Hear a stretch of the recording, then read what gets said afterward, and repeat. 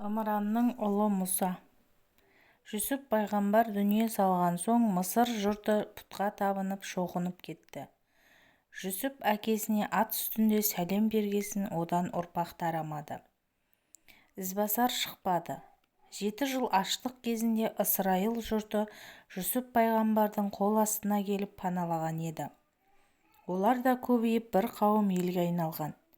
Бірақ жүсіптен соң таққа пиғыл нас патшалар келді. Олар өздерінен құдай жасады. Халықты құл етіп, зәулім сарайлар, төбесі көк тіреген 3 бұрышты мазарлар, ғибадатханалар салдырды. Бір күні перғауын жатып түс көрді. Түсінде ғажап іс көрді. Ніл дариясы аспанға көтеріліп, халықтың үстіне төгілді.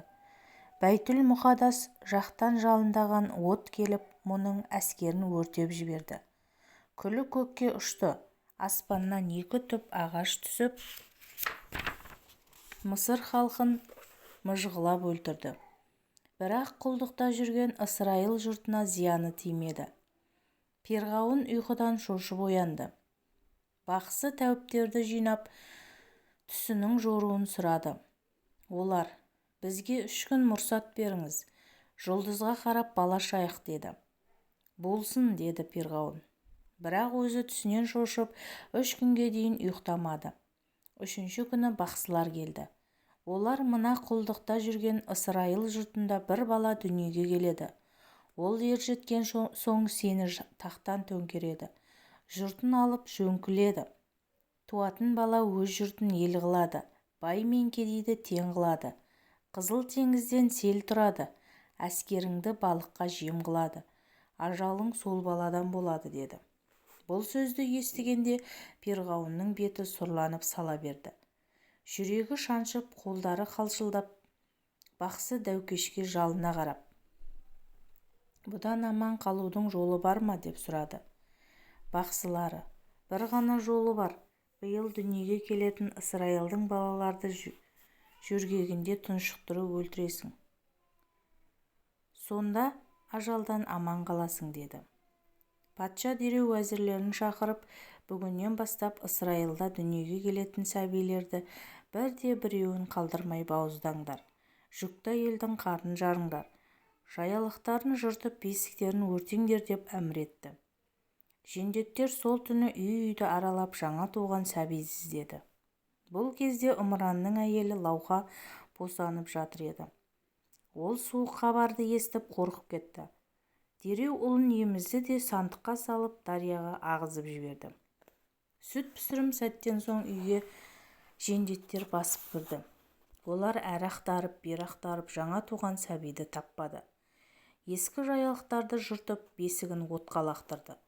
Дарияның суы 2 бөлініп, бір бөлігі перғауынның ордасына кіретін еді. Мұның да мынадай себебі болған. Перғауынның Асияға дейінгі бірнеше әйелі қыз туып толғақ үстінде дүние салады. Жаңа туған қыздың денесін жара басып, жазылмас дертке ұшырайды. Сәуегейлер мынадай ем айтады: жаңа туған сәбидің сілекейі тиген суға шомылса, қыздың жарасы кетеді, дейді. Сол үшін Нілдің сағасын сарайға бұрып, соның суына күн сайын қызды шомылдыруға кеңес береді. Перғауын дәл солай жасайды. Қызын күнде суға шомылдыруды Асияға тапсырады. Әдеттегідей перғауынның қызын суға шомылдырып жатқанда Ніл өзенінде қалғып жүрген сандықты тауып алады. Асия ішін ашып көрсе, періштедей сүйкімді бір нәресте жатыр. Баланың қылығы тәтті екен. Оны көрген әйел адамның аналық махаббаты оянып сала береді. Перғауынның әйелі Асияның жүрегі осы балаға байланды да қалды. Оны қимай сарайға әкелді де күтуші қыздарға тапсырды. Асия күн сайын баланың қылығын тамашалап ойнап отыратын болды. Осылайша перғауын қанша сақтық қылса да, оны жоятын бала патша тағының дәл қасында өсіп жатты. Шебер Алла мұсадай досын перғауынның сақалының астында тәрбиелеген деген сөз осыдан қалыпты. Асия бөпені емізетін сүтаны іздеді. Көп әйелдің емшегінен бір тамшы сүт тамбады. Тек Мұсаның туған анасы Лауханың ғана омырауы езіліп, сүтана болып орналасты. осылайша баласы мен анасы сарайда қайта табысты. Бала жасына қарамастан өте зерек, ширақ екен. Бір күні сәби еңбектеп жүргенде оны перғауын көріп қойды. Басында мән бермеді.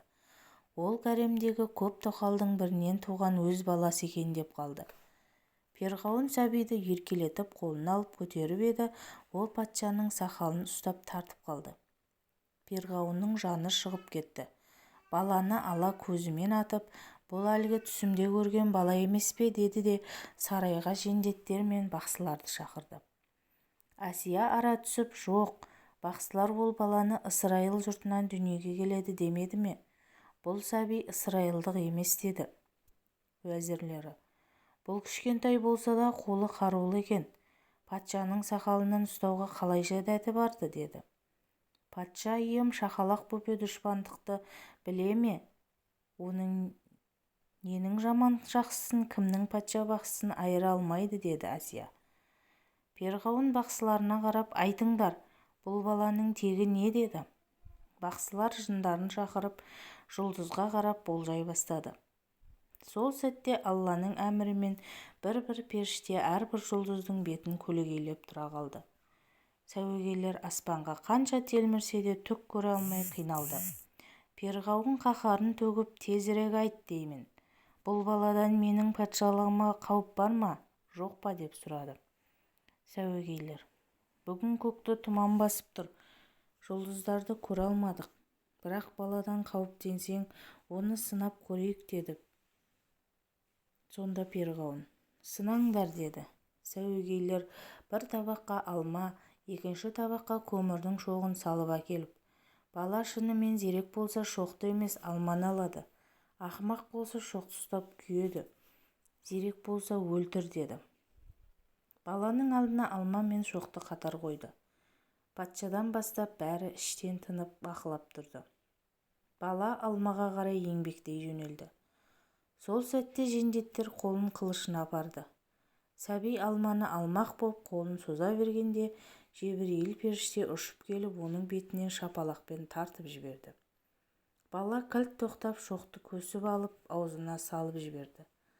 Тілі күйіп шар ете қалды. Асия балаға жүгіріп барды.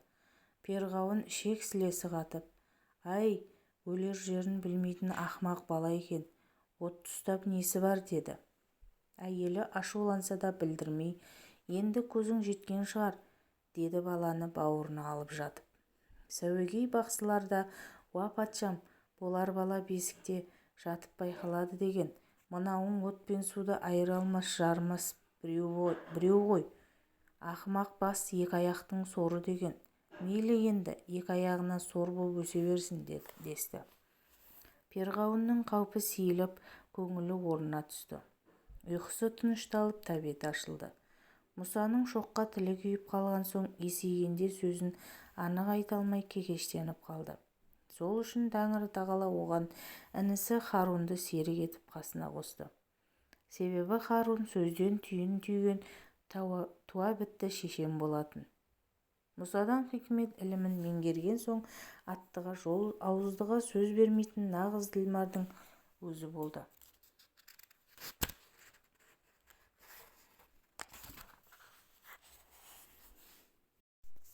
Мұса Перғауынның сарайында ер жетті. Асия оған өз ұлындай қамқор болды. Мұса күнде атқа мініп ел аралап сейіл құратын. Сарай бектері оған Мысырдың кедейлер тұратын аймағына бармаңыз деп ескертіп отыратын. Бір күні ол сейілдің қызығымен шаһардың Рабат бөлігіне аяқ басып еді, тозаққа түсіп кеткендей таң болды. Құр сүйегін сүйретіп жүрген аш-жалаңаш адамдарды, үстін қотыр басқан балаларды көрді. Ерлері қара жұмысқа жегіліп, таудың тасынан зәулім ғибадатхана соғып жатыр. Әйелдері бүкірейіп егін егіп жүр. Тұлпарын ойнақтатып келе жатқан бекзат жігітке балалар жармаса кетті. Олар қолын жайып қайыр сұрады. Мұса аттан түсіп, қолында бар тиын-тебенін бөліп берді. Күнде осылай дорбасына нан толтырып кедейлерге таратып жүрді. Асия анасының сыйға тартқан алтын күміс заттарын ақшаға айналдырып, оларды да аш-жалаңаш міскіндерге бөліп берді. бір күні кедейлерге қарасып жетім балаларының қотырын емдеп жүреді, жылаған әйелдің даусын естіді. Оны біреу боқтап боршалап сабап жатыр екен. Мұса дауыс шыққан жаққа тұра ұмтылды. Қараса бір салық жинаушы ақ шашты кемпірдің шашынан тартып тепкілеп жатыр екен. Мұса араша түсіп, «Ей, анаңдай адамды неге ұрып жатырсың?» деді. «Сенің жұмысың болмасын», деді салықшы. «Әй, сен кіммен сөйлесіп тұрғаныңды білесің бе? Мен патшаның өгей баласымын», деді. Салықшы: «Болсаң қайтейін, бектердің орны сарайдың іші, кедей-кепшіктің арасында жүрмес болар. Маған бұйрықты патшаның өгей баласы емес, патша ағзамның өзі берген», деп кейуананы тепкілей берді. Мұса оның желкесінен ұстап тартып қалғанда ол жерге жалп ете қалды. Мұса ет жеңді, білектері қарулы, екі иығына екі адам мінгенсе қиналмай көтере алатын алып күш иесі еді. Салықшының жанында жандай шаптары да бар еді.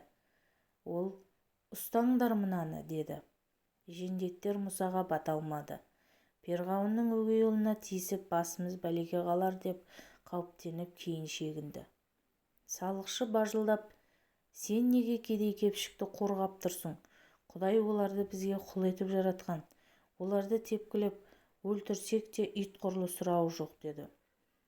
Мұса бұл кезде кейуананың орнынан тұрғызып, жарасын таңып жатқан. Қаныпезер салықшы қойнынан қанжарын алып Мұсаның жон арқасынан ұрып өлтірмек болды. Сол сәтте зәйтүн майының жерге төгілген қалдығына шалынып құлады да тіл тартпай кетті. Бұл ажал Алладан тіке түскен пәрмен болды. Себебі Мұса жанына келіп, оның басын көтерді. Елеусіз жатқан үшкір тасқа дәл қара құсымен барып қадалыпты. Жендеттер оны көріп қаша жөнелді. «Ұшайын деп тұрған бүркітті таяқпен түртіп үркітті», деді. Салықшыға не сарай бегіне болысарын білмей қорқып тұрған жендеттер істің ақ-қарасын айырған да жоқ. Мұса құлдарға болысып патшаның салықшысын сабап өлтірді деп жеткізіп барды. Перғауын мұны естіп қаһарына мінді. Себебі о заманда бұ заман кедейді қорғап, оған болысу бектердің салтында жоқ еді. Ол: «Мен бұл балаға сарайымнан төсек бердім, дастарханымнан ас бердім, оған бектік мәртебе бердім. Бірақ құл кедейге болысу біздің дәстүріміз емес. Онымен қоймай салықшымды өлтірді. Салықшым мен үшін ақша жинап қазынамды толтырады. Мұның бұл ісі менің қазынама қол сұққанмен бірдей. Мұсаны тауып дереу жазалаңдар», деп әмір етті. Мұны Мұсаның өгей шешесі Әсия естіп қалды. Ол ұлын қатты жақсы көретін еді. Сарайдың жасырын есігінен шығып кедей-кепшік қоныстанған мекенге келді. Мұса сол жерде отыр екен. Әсия оны құшақтап маңдайынан сүйді де: «Мұсажан, сен маған өз ұлымдай болып кеттің. Сені алғаш көргенде Құдайдың маған жасаған сыйы деп ұқтым. Өгейлігіңді білдірмей өсірдім. Ешбір күңім саған қабақ шытпады. Өзім шомылдырып бесікке бөледім. Текті биенің қымызын өзім сауып ішкіздім. Астың асылын беріп тонның қамқасын кигіздім. Жеміс-жидектің тәттісін жегіздім. Перғауынның кәрінен, залымдардың шәрінен, бақсы дауакештің зәрінен сақтадым. Дау-жанжал туса да сені жақтадым. Бұл жолы да алған бетімнен қайтпаймын. Сенің пак жүрегіңе сенемін. Бірақ сені енді қорғауға күшім жоқ. Перғауын сені жазалауға әмір берді. Есің барда еліңді тап. Жендеттердің көзіне түспей басың ауған жаққа қарай шап», деді. Мұса ақталып бірдеңе демек болып еді. Анасы: «Ұлым, мен саған сенемін. Жүрегім алдамаса, перғауынды тақтан тайдыратын әлсіздерді жақтап тойдыратын сен боласың. Азығыңды қамда, жолыңнан қалма», деді. Әсия ақ шытқа түйіп ас-ауқат әкеліп, онысын ұлына берді.